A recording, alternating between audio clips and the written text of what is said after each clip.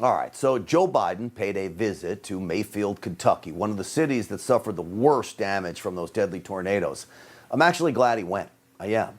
But this just calls attention to the fact that he picks and chooses his trips based on politics and optics. There's a lot of places he needs to go. He still hasn't been to the border, and he never went to Waukesha, Wisconsin, where Black Lives Matter supporter is accused of mowing down Christmas parade goers. The sad reality is he's clueless, too. Listen to him today, clueless as to what he can and can't do as president. I just approved the request that I wasn't sure I had the authority to do, but turns out I do.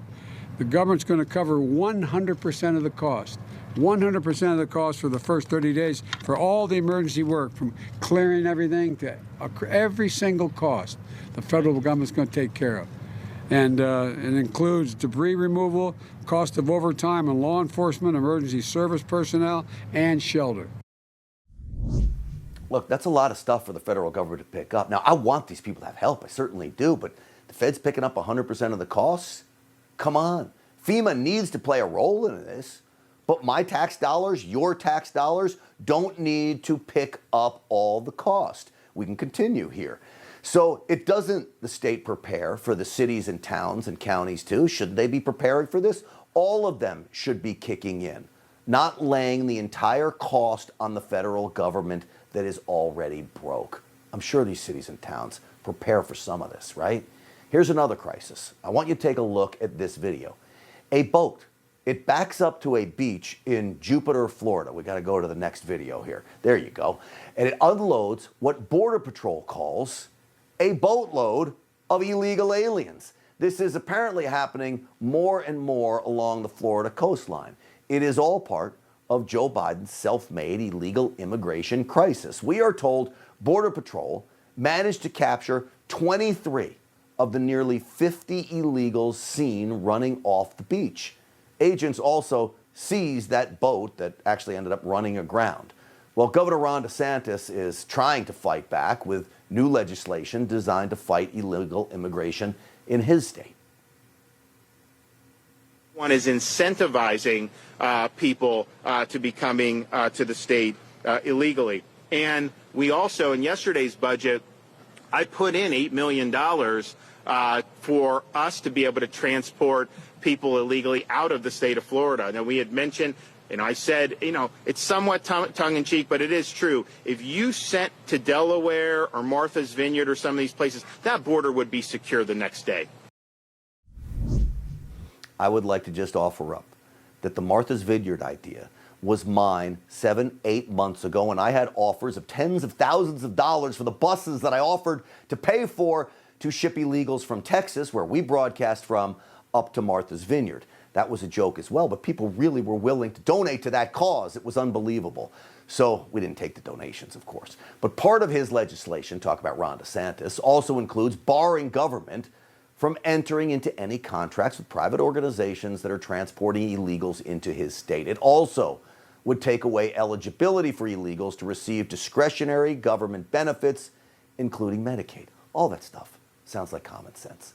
Well, joining me now is Republican Congresswoman from Florida and member of the Homeland Security Committee, Representative Kat Cammack is here. Congresswoman, good to see you. Grant, good to see you. Thanks for having me. All right, absolutely. A bunch to unpack here. First off, these boats pulling ashore, this is new to me, but they will find any way they can, I guess, to get to the greatest country in the world. Well, we've talked about this before. We don't have a commander-in-chief at present moment. We have a trafficker-in-chief because his policies have allowed these types of activities where illegals are really welcomed to just pull up on the beach, unload, and have at it. And we all know that because of the Biden administration, every town in America is now a border town. And in the state of Florida, we're seeing more and more illegals pouring into our communities, be it by beach or by plane. I happen to be the lead Republican for FEMA nationally. And it's interesting, we were talking about Biden being in Kentucky, which I'm glad that he visited. Unfortunately, he called tornadoes hurricanes. So the confusion still persists with this president. Yeah. But beyond that, he has managed to take over $90 million out of FEMA and use it to purchase plane tickets and bus tickets for illegals and ship them all around the country. $90 million of our taxpayer funds have gone out of FEMA in order to resettle these illegals, who, by the way, get a little piece of paper that says in 5 years, you need to show up for your court date. Now, Grant, you and I both know how many of these people really actually show up for their court date? None. So we have a real None situation. of them. And be more proud of Governor DeSantis. We know, Congresswoman, that many of them are coming from Central America as well. Now, we also have a vice president who's supposed to be the big border czar here. The Guatemalan president said he's never even talked to her in a while. Listen to this exchange with Jen Psaki talking about that. Is Vice President Harris still in charge of addressing the root causes of migration from El Salvador, Honduras, and Guatemala? She is, and I just announced a commitment that she's announcing this afternoon. So then why is it that she has not spoken to the president of Guatemala since June? That's 6 months. Well, I know that I did see this kind of strange report from the president of Guatemala saying that he has had no contact with the White House, which is inaccurate. It's not inaccurate. He said he has not had any contact with Kamala Harris, and he did it on live television. And I do not think the Guatemalan president is lying. Do you, Congresswoman Cammack?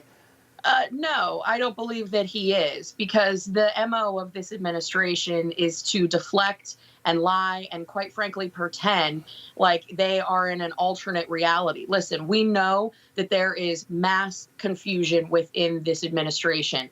I myself have questioned Secretary Mayorkas, who is the Homeland Security Secretary, 3 times.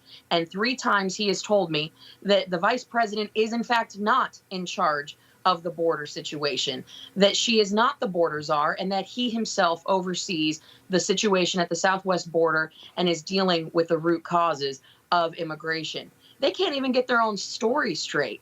So it's no surprise that the White House has had no contact with the president of Guatemala.